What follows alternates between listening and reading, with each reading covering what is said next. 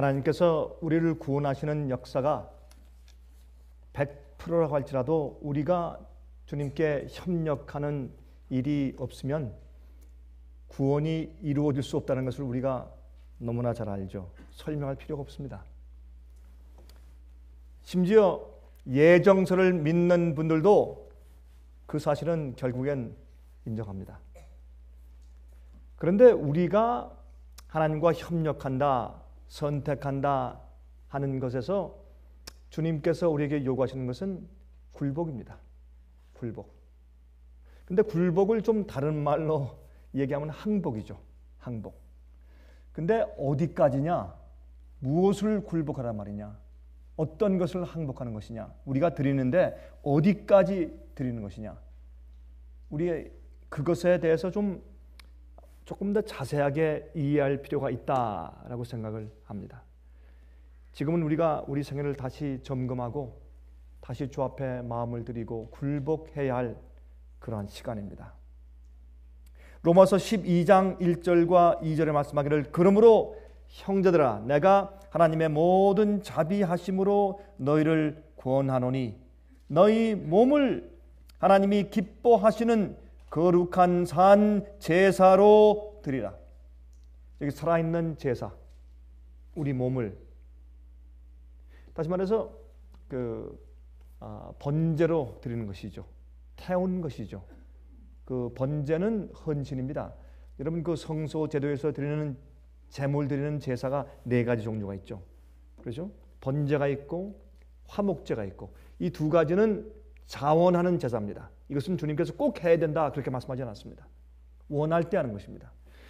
그러나 정말 이 mandatory 반드시 해야 하는 제사는 속죄제와 속건제입니다. 속죄제는 죄를 범했을 때 죄의 사함을 위해서 드리는 것이고 속건제는 거룩한 물건이나 남의 이웃의 그 소유에 대해서 내가 손해를 끼치거나 망가뜨렸을 때 근데 그것을 용서를 구하면서 동시에 그것을 갚아야죠. 변상해 줘야 합니다. 그러니까 5분의 100%를 주고 거기에 5분의 1을 더 얹어줘야 합니다. 그러니까 120%죠. 120%를 얹어서 변상해 주고 그 다음에 이제 속건제를 드리는 것입니다. 그런데 여러분 이 번제라고 하는 것은 우리의 헌신을 뜻하거든요. 속죄를 드린 다음에 이 번제를 한꺼번에 같이 드리는 것입니다. 그래서 이제 내가 죄를 고백하고 회개하고 이제 용서 받으오니 하나님 이제 내 생애는 주님의 것이고 난 주님 위해서 내 몸과 마음과 모든 것을 전부 다 바칩니다. 내 생애는 주님을 위한 삶입니다. 그렇게 하는 것이 번제입니다. 내 전체를 바치는 것을 의미하죠. 예수님께서 당신의 전체를 바치신 것처럼 우리도 하나님께 우리 모두를 바친다는 뜻이 번제, 모두를 하나도 남김없이 다 태워서 바치는 제사가 된 것입니다. 그래서 이게 너희 몸을 하나님이 기뻐하시는 거룩한 산 제사로 드리라. 여러분 산다고 하는 것은 죽는 것보다 더 엄숙합니다. 그렇죠? 산다고 하는 것은 죽는 것보다 더 엄숙합니다. 어떤 데 가만히 생각하면 죽는 게 참 쉬운 것 같아요. 죽으면 그만인데 죽기 전에 우리 온 마음을 다해서 다 회개하고 고백하고 정말 우리가 못다한 거 다 하고 다 주 앞에 드린 다음에 딱 죽으면 될 거 아닙니까? 죽는 것은 제가 볼 땐 참 쉬워요. 죽으면서 헌신한다. 그건 어려울 게 없어요. 제가 볼 때는. 근데 산다는 것은 엄숙합니다. 내가 오늘 아니면 내일 죽는 것처럼 오늘 사는 것입니다. 내가 당장 죽는 것처럼 죽을 때 가지고 있어야 할 성품을 내가 소유하는 것입니다. 죽을 때 가지고 있어야 할 굴복을 소유하고 있는 것입니다. 죽을 때 가지고 있어야 할 회개를 내가 지금 가지고 있는 것입니다. 죽을 때 가지고 있어야 할 깨끗한 심령을 내가 지금 가지고 있는 것입니다. 그러면 산 제사죠. 그래서 산다고 하는 것은 참 엄숙한 일입니다. 그렇죠? 자, 또 말씀하기를 이는 너희의 드릴 영적 예배니라. 너희는 이 세대를 본받지 말고 오직 마음을 새롭게 함으로 변화를 받아 하나님의 선하시고 기뻐하시고 온전하신 뜻이 무엇인지 분별하도록 하라. 다시 말해서 우리가 이러한 산 제사로 우리 몸과 마음을 주 앞에 다 바쳐진 경험, 전적인 굴복의 경험이 없으면 하나님의 선하신 뜻이 무엇인지 분별할 수가 없다, 그 말입니다. 다시 말해서 우리 마음 가운데 어떤 다른 욕심이 있으면, 하나님께 전적으로 바쳐지지 않은 어떤 것이 내 마음속에 섞여 있으면, 그럼 그 섞여진 것 때문에 하나님을 보고 또 아는 어떤 부분이 흐려져 있기 때문에, 막혀 있기 때문에 주님의 선하시고 기쁘신 뜻이 무엇인지 정확하게 분별이 안 됩니다. 그것을 말씀하고 있는 것입니다. 그러므로 제가 이 말씀을 가만히 생각하니까 우린 주님의 것이든지 아니면 아니든지 둘 중에 하나인데, 이럴 수가 있습니다. 주님의 뜻을 어느 정도 알고 주님의 뜻대로 어느 정도 따르고 뭐 그렇게 할 수 있다고 말할 수는 있는데, 대부분의 그리스도인들이 사실 그러니까. 그러나 실제적으로 따질 때 주님께서 그 영혼을 이리 가라 저리 가라 이 일을 해라 이렇게 해야 된다 라고 말씀하시는 그 말씀을 정확하게 알아듣고 그 뜻대로 하는 자들이 참 적으니까, 그리고 그러한 전적인 산 제사로 바치는 경험이 없으면 주님의 그 깨끗하고 선하신 뜻이 분별이 되지 않기 때문에 주님을 믿는 것 같고 따르는 것 같지만 자기도 모르게 자기 길을 가는 것입니다. 자기 뜻대로 행하는 것이고 주님의 뜻대로 하는 것이 아닙니다. 여러분, 이것은 굉장히 아주 끝으로 가고 갈 때 맨 마지막에 파인 라인이에요. 맨 마지막에 아주 가느다란, 정말 이 알곡과 가라지가 갈라질 때 가운데 있던 좀 타협하는 자들도 가라지로 전부 다 취급당할 수밖에 없는 지경까지 가서 정말 주의 백성이 누구며 주의 뜻대로 행한 자가 누구인지, 정말 자기를 거룩한 산 제사로 드리는 자가 누구인지를 판단하기 위해서 보면 이거 아니면 저겁니다. 주의 영께서 역사하시는 자인지 아닌지, 하나님께서 컨트롤 하시는 자인지 아닌지, 주님의 뜻대로 사는 자인지 아닌지, 주님의 선하신 뜻을 성령의 음성을 조용히 듣고 분별할 수 있는 자인지 아닌지, 그렇게 구분되게 되는 것입니다.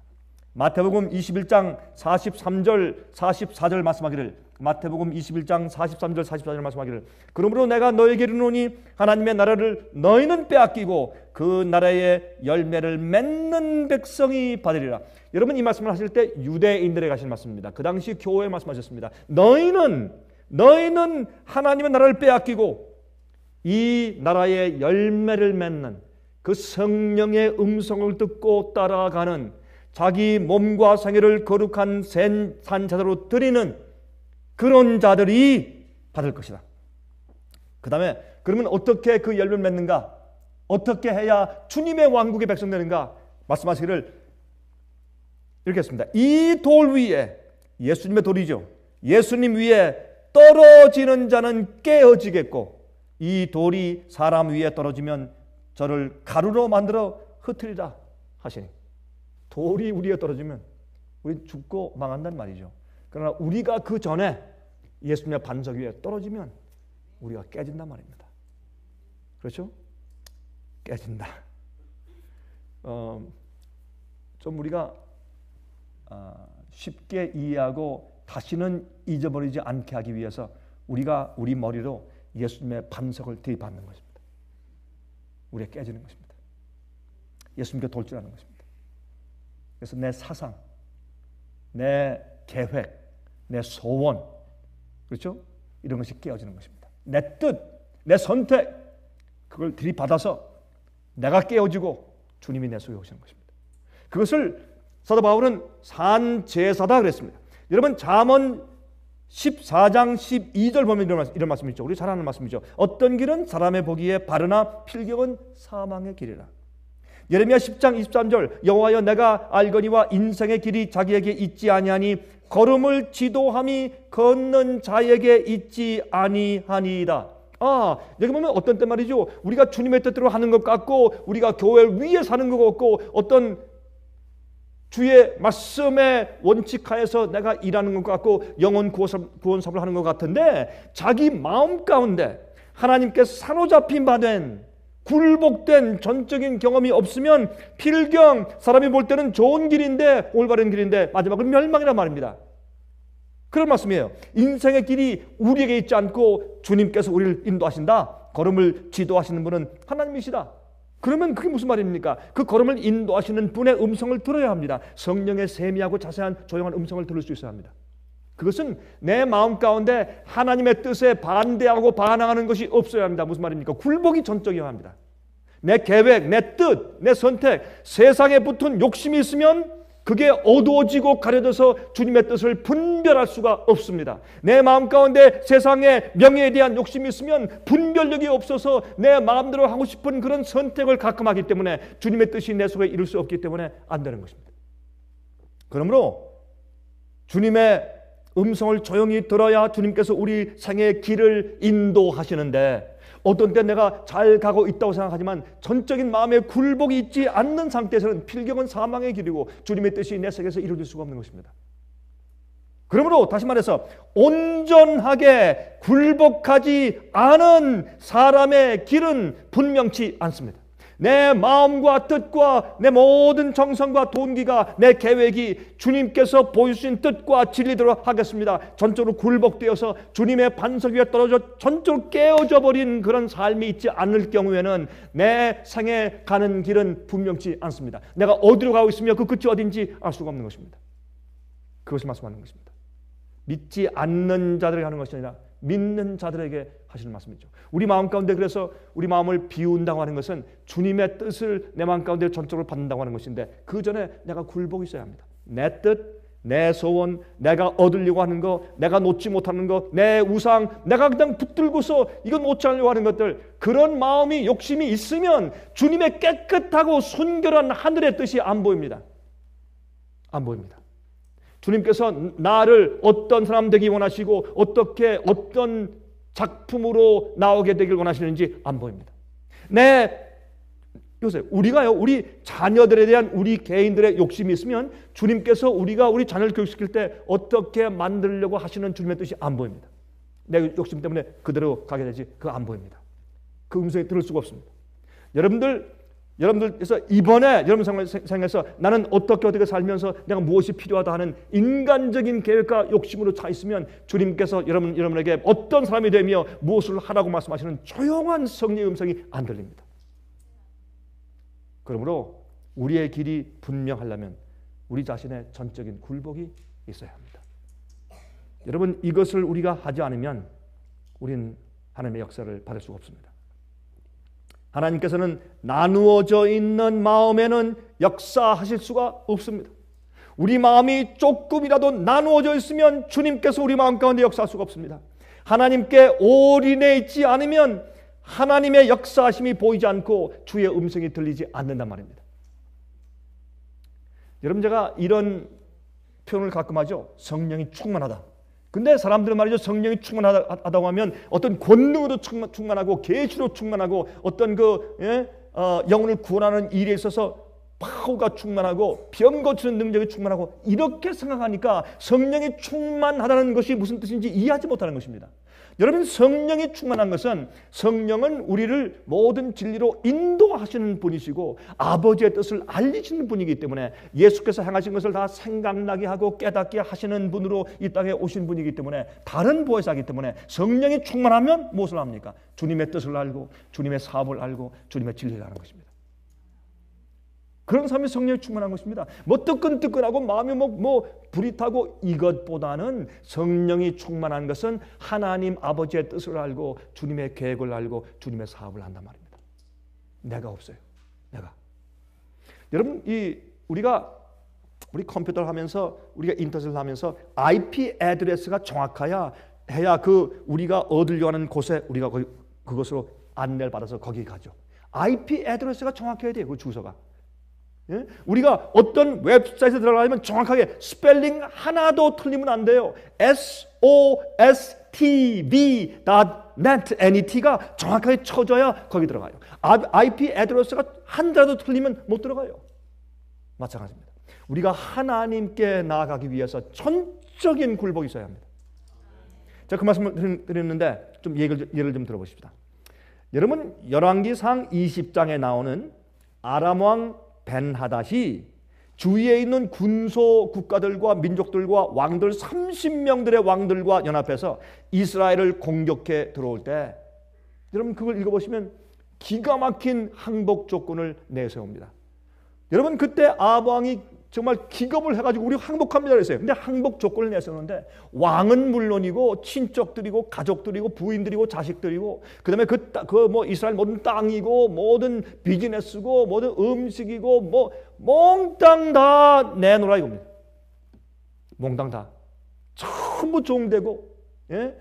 뭐 추수한 물건들은 다 가져가고 땅도 다 이건 완전히 자기 것이 없습니다. 그렇게 해서 참 기가 막힌 항복의 조건을 내세웁니다. 그런데 여러분 그 남북전쟁, 미국의 남북전쟁을 치룬 다음에요. 이제 종전 협정을 할 때 북쪽에 있는 그랜트 장군과 남군의 리 장군 사이에 종전 협정을 맺습니다. 이제 남군이 항복하는 것이죠. 그때 이 그랜트 장군과 리 장군은 육군 사관학교 동기입니다. 근데 한 사람은 북군의 대장이고 한 사람은 남군의 대장으로 그렇게 이제 전쟁을 했죠. 전쟁했는데 63만 명의 군인들이 죽은 다음에 수많은 집들이 불타고 수많은 양민들이 참 피해를 당하고 예? 수많은 밭들이 폐허되고 그러한 참 기가 막힌 그런 손실 이후에 드디어 북군과 남군이 이제 종전을 하기 위해서 이제 협정을 맺는데 북군이 이겼습니다. 하나님의 섭리로. 그때 남군이 이겼으면 참 정말 여러 가지로 어려울 뻔했습니다. 여러분 노예 제도는 지금까지 갔을 것이고 참 어려웠을 것입니다. 그러나 주님의 섭리로 북군이 승리하고 이제 그 종전을 하는데 그때 그랜트 장군이 리 장군에게 항복하는 조건으로 내세운 것은 참 자비스러운 조건이었습니다. 어떻게 된지 아십니까? 그 당시에 있던 남군 2만 5천 명에게 다 먹을 것을 주어라. 굶주린 그 정말 추위에 떨고 있는 그 군인들한테 아주 따끈따끈한 그런 수up과 먹을 것을 다 나눠주라고 하는 그런 명령이었습니다. 항복하는 군인들에게 자비를 베푼 것입니다.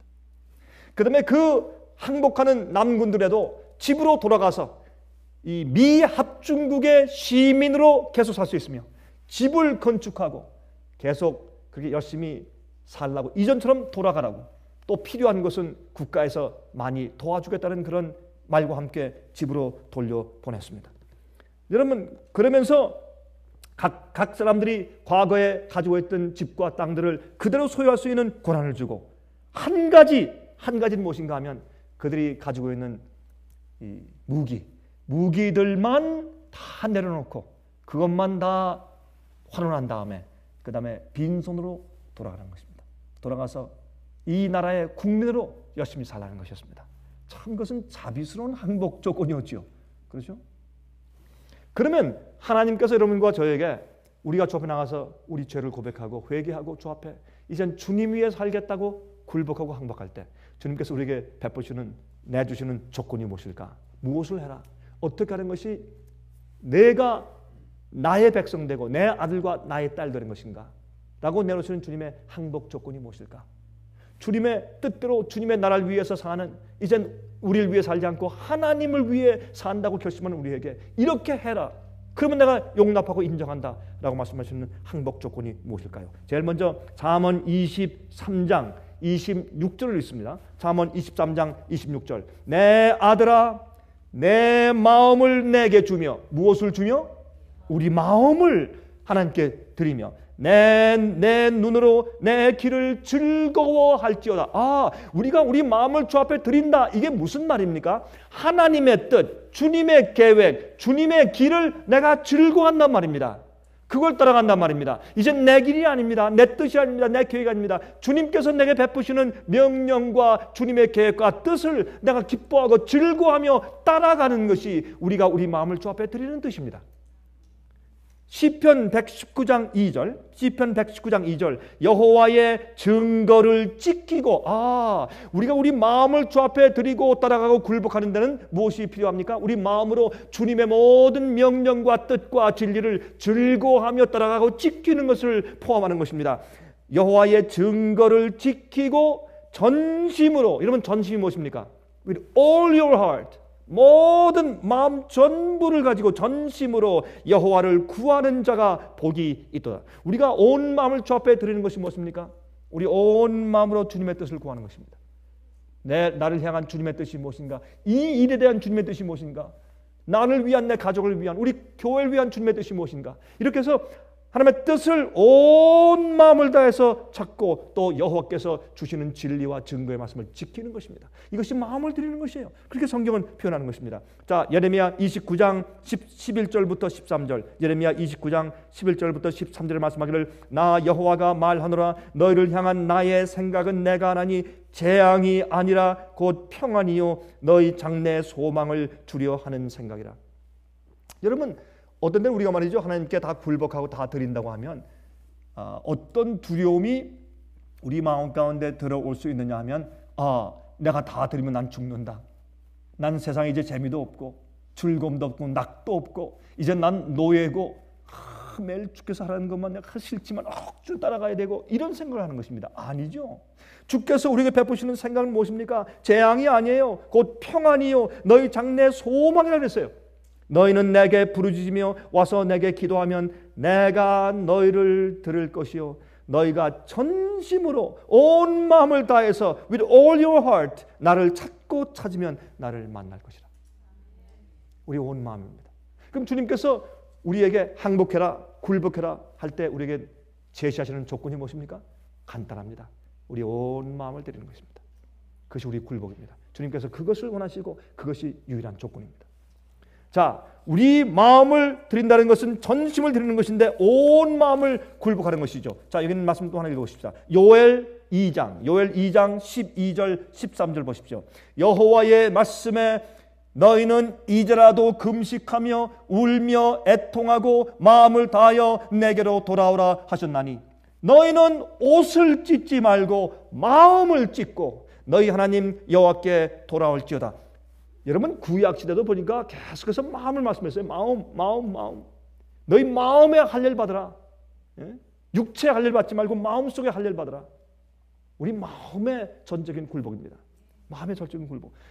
여러분 사실요 죽음에 대한 두려움이 우리 마음 가운데 있으면 안 됩니다.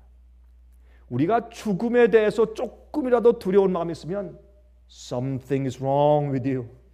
여러분에게 뭔가 잘못이 되어 있는 것입니다. 내가 죽으면 내 남편, 내 아내 어떨까? 우리 자식들에게 어떻게 할까? 그런 염려는 있죠. 그러나 죽음 자체에 대해서 우리가 두려움이 없어야 합니다. 하나님 앞에 설 때 우리 마음 가운데 두려움이 없어야 합니다. 우리가 전적으로 올바르기 때문에요? 우리가 완전하기 때문에요? 아닙니다. 우리가 주 앞에 온 마음을 드렸기 때문에 우리 마음에 주님을 속이는 생각이 전혀 없어요. 우리 마음 가운데 절대로 주님이 모르는 어떤 것을 가지고 있는 것이 없어요. 전적으로 주 앞에 헌신에 굴복하고 드린 산 제사의 경험이 있기 때문에 죽음이 두렵지 말아야 합니다. 죽음.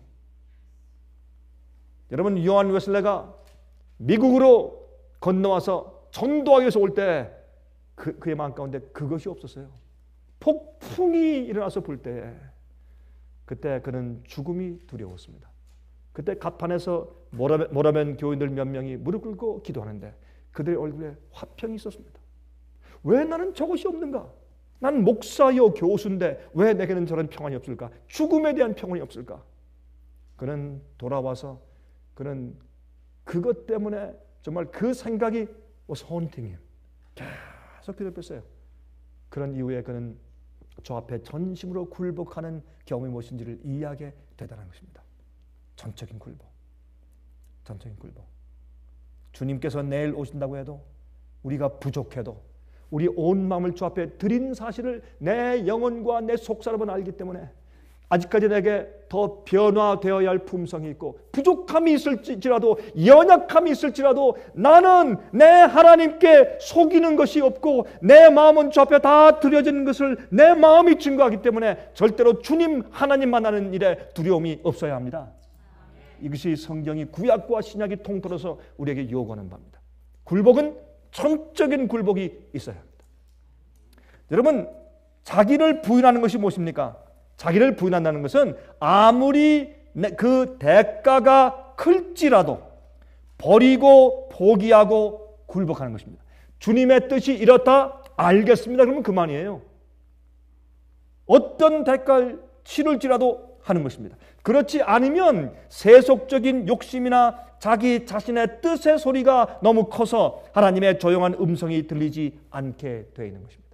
얼마나 많은 사람들이 진리를 가르치면 바로 이 문제에 걸려서 자꾸 전전긍긍하고 있는지를 모릅니다. 얼마 전에 한국에 있는 한 할머님이 저한테 전화했습니다. 가끔 저한테 전화하시는 할머니예요. 목사님, 어떻게 또 전화하셨습니까? 할머님. 너무 내가 감동을 받아서 이 전화를 목사님께 안 드릴 수가 없습니다. 또 이번엔 무슨 감동입니까?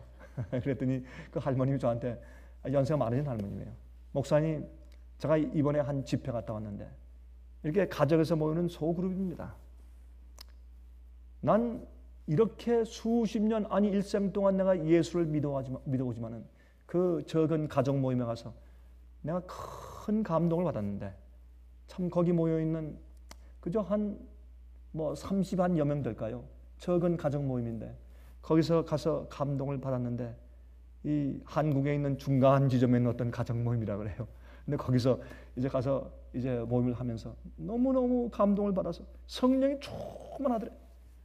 갔다 와서 저한테 전화를 금방 왔어요. 목사님. 근데 한 사람이 간증하면 또 한 사람이 간증하고 또 한 사람이 간증하고 다 울먹거리고 다 울고 다 목이 막혀서 말을 못하고 정말 성령이 충만하더래요. 그래서 누가 설교를 했습니까? 아니 목사님의 설교 DVD를 들었죠. 그래요. 아 그렇습니까? 근데 저한테는 그런 능력이 없고, 근데 어떻게 그런 일이 생겼습니까?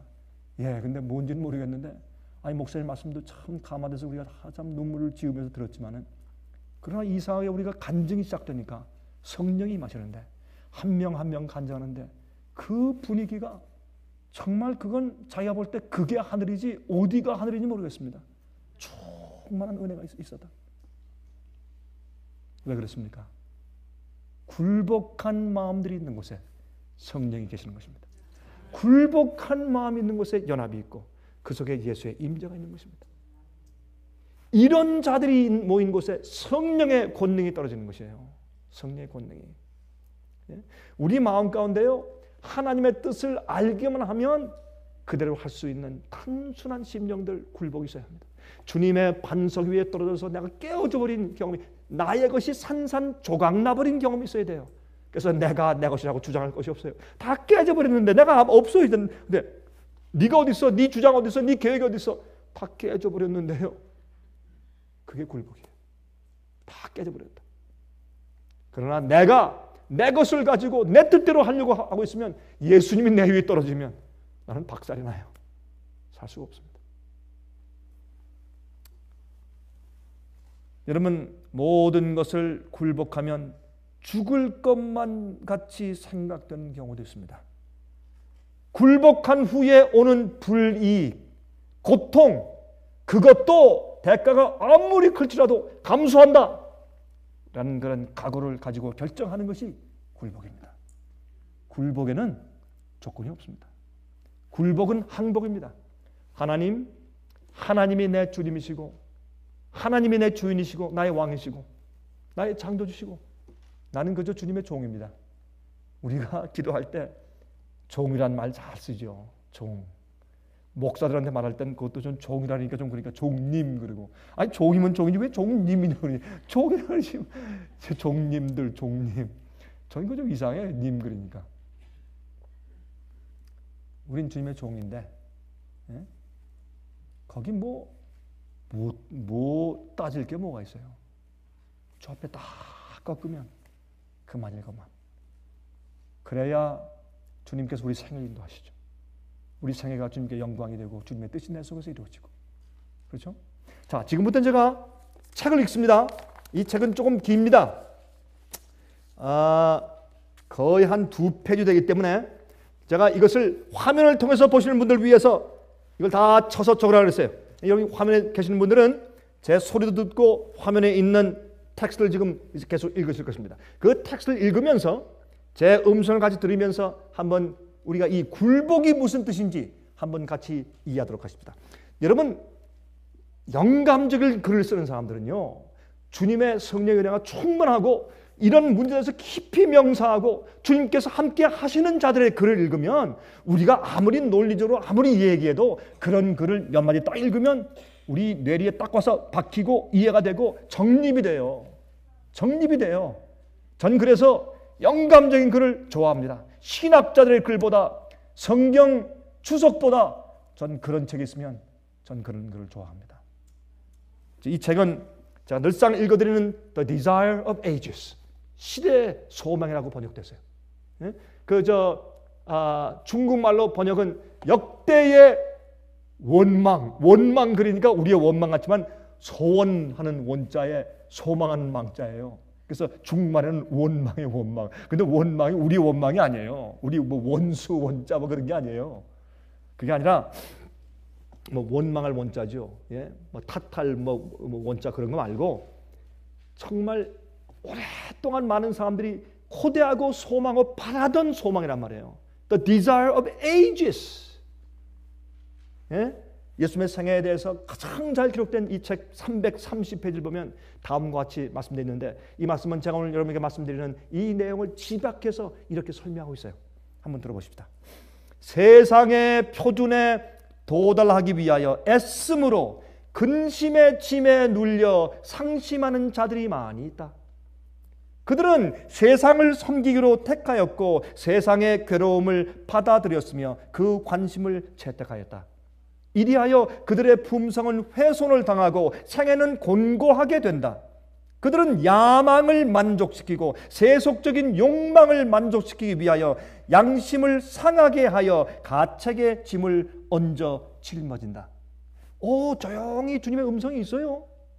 그런데 뭐가 있어요? 세상에 대한 욕심을 버리지 못했어요. 그러니까 그렇게 하다 보니까 무엇이 있어요? 세상의 살이 자체가 힘든데 거기다 뭘 얹어요? 양심의 가책과 집과 어떻게 해요? 죄책감을 얹어놔. 그래서 예수께서 말씀하기를 수고하고 무거운 짐진 자들아 왜 그러니 내게로 오라 내가 너를 편히 쉬게 할 것이라. 그렇게 말씀했단 말입니다.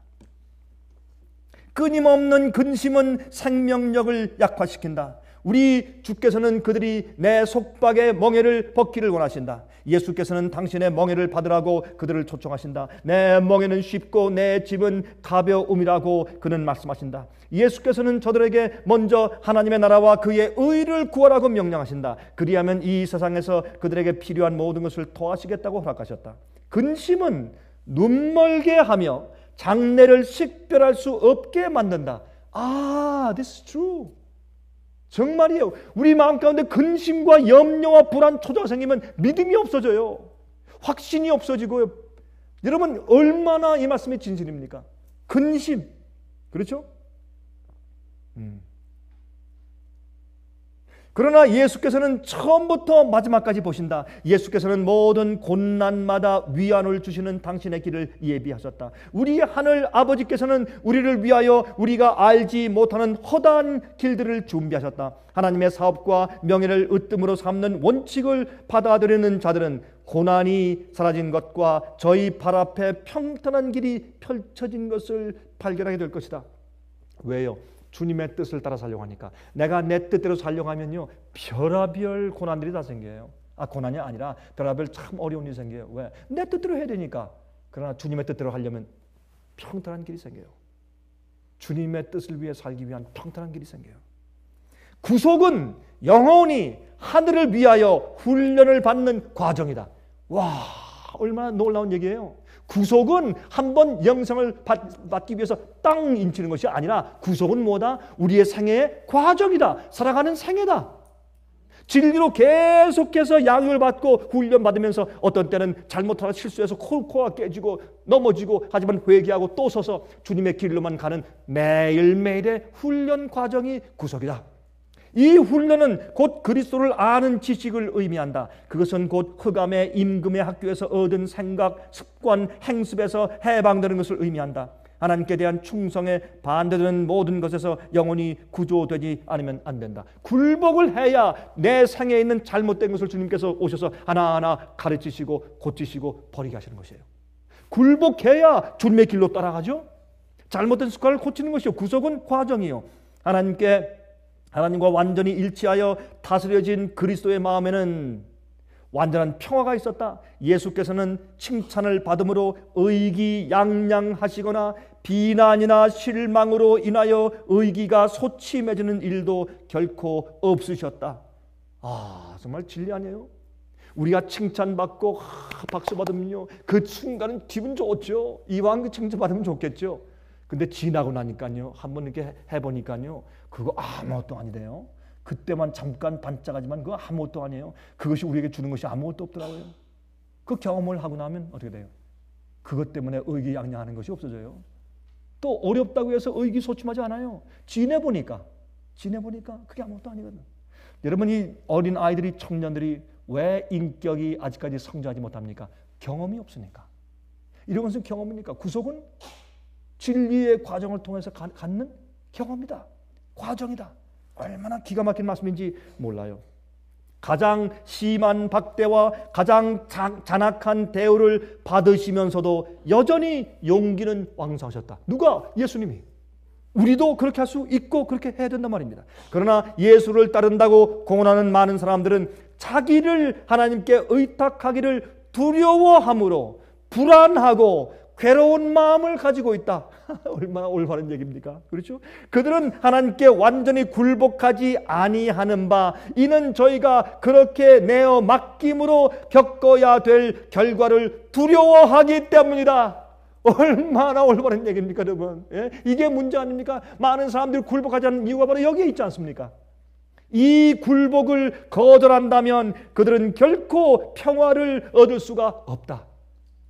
굴복하지 않으면 평화를 얻을 수가 없다. 불안이 일어나는 것은 자기를 사랑하기 때문이다. 정말 이게 맞습니다. 그렇죠? 맞습니다. 우리가 위로부터 거듭날 때에 예수의 마음, 곧 우리가 구원을 받을 수 있도록 자신을 겸비하게 하도록 이끈 마음과 똑같은 마음이 우리에게 있을 것이다. 그때야 우리는 가장 높은 지위를 구하지 않게 될 것이다. 우리는 예수의 발 아래 앉아서 그를 배우려 할 것이다. 우리의 사업의 가치는 과시하거나 유명하게 되며 자신의 능력으로 활동하고 열성을 내는 데 있지 않다는 것을 우리는 알게 될 것이다. 우리 사업의 가치는 성령의 나누어 주심에 비례한다. 하나님께 대한 신뢰는 심지를 더 거룩하게 하여 인내할 수 있게 한다. 소의 멍에를 메우는 것은 짐을 끌 때에 소를 도와서 부담을 가볍게 해주기 위함이다. 그리스도의 멍에도 그러하다. 우리의 의지가 하나님의 뜻 안에 흡수되고 또 남을 돕기 위하여 우리가 하나님의 선물을 사용할 때 생애의 짐이 가벼워짐을 깨달을 것이다. 내가 나의 일을 이루기 위해서, 나의 뜻을 성취하기 위해서 애를 쓰면 참 부담 때문에 근심되고 불안하고 초조하고 참 힘들어요. 그러나 우리가 주님께 우리 생애를 바치고 굴복하고 주님의 뜻을 이루고 주님의 사업을 하고 하나님께 영광을 돌리기 위해서 살면 그렇게 열심히 일고 힘들어도 무엇이 없습니까? 근심이 없습니다. 불안하지 않습니다. 부담이 되지 않습니다. 마음에 즐겁고 기쁜 것입니다. 왜? 주님과 함께 멍에를 매기 때문에. 그래서 그렇습니다. 모세가 하나 빠졌네. 하나님의 계명의 법도 안에서 행하는 자는 그리스도와 함께 행하는 것이며 그렇게 되면 그의 사랑 안에서 그 마음은 평안을 얻는다. 모세가 주의 길을 내게 보이사 내게 주를 알리소서 하고 기도했을 때 주께서는 내가 친히 가리라, 내가 너로 편히 하리라고 대답하셨다. 그리고 여러 선지자들을 통하여 여호와께서 이같이 말씀하시되 너희는 길에 서서 보며 옛적 길 곧 선한 길이 어디인지 알아보고 그리로 행하라. 너희 심령이 평강을 얻으리라는 기별이 전해졌다. 굴복하면 평안이 있어요. 굴복하면 뭐 하게 돼요? 주님의 길대로 따라가게 돼 있어요. 자, 다시 그는 슬프다. 내가 나의 명령을 듣지 아니하였도다. 만일 들었다면 내 평강이 강과 같았겠고 내 의가 바다 물결 같았을 것이라고 말씀하셨다. 한 패러그래프 더요. 그리스도의 말씀을 믿고 전적으로 예수의 보호하심에 영혼을 맡기고 또 그의 명령하심에 생애를 맡기는 자들은 평강과 평온함을 얻을 것이다. 여기에 평강과 평온함은 같은 말 같은데 두 번 썼네요. 평강과 평온함. 이것은 영어로 peace and calmness. peace and silence. 조용함과 평화를 우리가 얻는다. 그 말입니다. 예수께서 당신의 임재로서 그들을 기쁘게 하실 때에는 사람의 아무것도 그들을 슬프게 하지 못한다. 완전한 순종에는 완전한 쉼이 있다. 주께서는 주께서 심지가 견고한 자를 평강의 평강으로 지키시리니 이는 그가 주를 의뢰함이니라고 말씀하신다. 우리의 생애가 복잡해 보일지 모르나 우리가 슬기로우신 대장군께 우리 자신을 맡긴다면 하나님께서는 우리에게 당신의 영광이 될 생애의 품성과 본을 만들어 주실 것이다. 그리고 그리스도의 영광, 품성을 나타내는 그 품성은 하나님의 낙원에 들어가도록 간합하심을 받을 것이다. 새롭게 함을 입은 자들이 흰옷을 입고 예수와 동행할 것이니 그들은 그만한 가치가 있기 때문이다. 우리가 늘 얘기하는 그 얘기가 무엇입니까? 어린 아이를 목욕시킬 때 발버둥 치면, 굴복하지 않으면, 부모의 손에 맡기지 않으면 목욕을 시킬 수가 없는 것입니다. 주님의 길을 배우고 주님의 뜻대로 살고 주께서 우리 성품을 꼴지우시게 하기 위해서는 우리가 전적으로 맡기고 굴복해야 합니다. 이 굴복은 나뉘어진 마음이 아니라 전적으로 굴복해야 합니다. 그 속에 쉼이 있다는 것입니다. 거기에 능력이 있다는 것입니다. 제가 한 패러그래프 더 읽습니다. 이 말씀은 같은 책 시대 소망 324페이지입니다. 324페이지에 이런 말씀이 있습니다. 사람이 그리스도께 굴복할 때에 새로운 능력이 새 마음을 점령한다. 사람이 스스로는 성취할 수 없는 변화가 일어난다. 인간의 본성의 초자연적인 요소를 가져다 주는 것은 초자연적인 역사이다. 그리스도를 믿는 자는 배역한 세상에서 예수께서 굳게 붙드시는 당신의 성체가 되며 그는 당신의 권위 외에 어떤 권위도 그 성체에 용납하지 않으신다. 이와 같이 하늘의 능력으로 세워진 영혼은 사탄의 공경에 난공불락이 된다. 그러나 만일 우리가 그리스도의 지배하심에 자신을 맡기지 아니한다면 악한 자에게 지배당할 것이다. 그래서 우리는 누가 우리를 컨트롤하느냐 하는 것은 우리가 누구에게 우리 온 마음을 드렸느냐 하는 것에 달려있죠. 전적인 굴복. 전적인 굴복. 이것을 주님께서 원하십니다. 우리가 주 앞에 전부여 의지없소서 손들고 옵니다. 주 나를 박대하시면 내 어디 가오리까? 이렇게 가는데 주님께서 우리에게 말씀하시는 요구가 뭐냐 말이에요. 굴복. 전적인 굴복입니다. 우리가 가지고 있는 건 너 그냥 다 가지고 있어라. 너희 사는 삶 다 가지고 있어라. 그러나 이제부터 내 마음을, 전적인 내 마음을 내가 원한다. 하나님께 전적으로 굴복하는 삶을 사시기를 바랍니다. 하늘에 계신 우리 아버지시여, 말씀하심에 의지하여 우리가 온 마음 전심을 다하여 주님을 찾고 주 앞에 굴복합니다. 우리 마음 가운데 숨어 있는 것이 없기를 소원합니다. 우리가 뒤에 감추고 유보한 것이 없기를 원합니다. 주님이시여, 번제로 우리가 산 제사로 우리 마음을 다 주 앞에 묶어서 단 위에 얹어놓사오니 주여 받으시고 간합하셔서 주님의 것으로 삼으시고 주께 영광을 돌리며 하나님의 일을 할 수 있도록 도와주시옵소서. 드디어 하나님께서 쓰실 수 있는 사람들에게 하시옵소서. 우리가 주 앞에 항복합니다. 주의 성령으로 채워주시기를 예수 그리스도의 거룩하신 이름만 의지하여 간절하게 기도합니다. 아멘. 은혜 많이 받으셨습니까? 지금까지 들으신 이 생예빛 예배 설교는 개인의 신앙 부흥이나 소규모 그룹 예배를 위하여 DVD와 CD로 제작되어 보급되고 있습니다. 생예빛 예배 설교 DVD 및 CD를 원하시는 분들은 1-877-704-1004번으로 전화하여 주시기 바랍니다. 생예빛은 각종 미디어, 즉 출판물, 텔레비전, DVD, CD, 그리고 웹사이트를 통하여 복음을 전하는 미디어 선교 기관입니다. 생애의 빛에서 이루어지는 선교 사업을 크게 7가지로 나누어 소개하면 다음과 같습니다. 첫째로 생애의 빛은 가정과 건강과 참된 신앙을 소개하는 월간지 살아남는 이들을 매달 발간하고 있습니다. 가정과 건강 문제뿐만 아니라 참된 신앙과 성경에 나타나 있는 중요한 진리들에 대하여 매달 깊이 있게 다루는 성경 연구 신앙지입니다. 둘째로 생애의 빛은 미국의 주요 도시에서 텔레비전 선교 방송을 하고 있습니다. 많은 분들이 생애의 빛 선교 방송을 통하여 복음을 발견하고 새로운 생애를 살아가고 있습니다. 셋째로 생애의 빛에서는 우편 통신을 통하여 평신도들의 성경 연구를 도와드리는 성경 통신학교를 운영하고 있습니다. 성경에 나타나 있는 중요한 문제들에 대하여 체계 있게 공부하기를 원하시는 분들은 성경 연구 단기 코스와 계시록을 통한 성경 교리 연구, 또한 다니엘서 예언 연구를 신청하시기 바랍니다. 교재 및 모든 비용이 무료인 생애의 빛 성경 연구 과정을 통하여 복음과 예언 문제를 가장 쉽고 체계 있게 공부하시기 바랍니다. 넷째로 생애의 빛은 예언 연구를 위하여 특별하게 제작된 DVD 시리즈를 나누어 드리고 있습니다.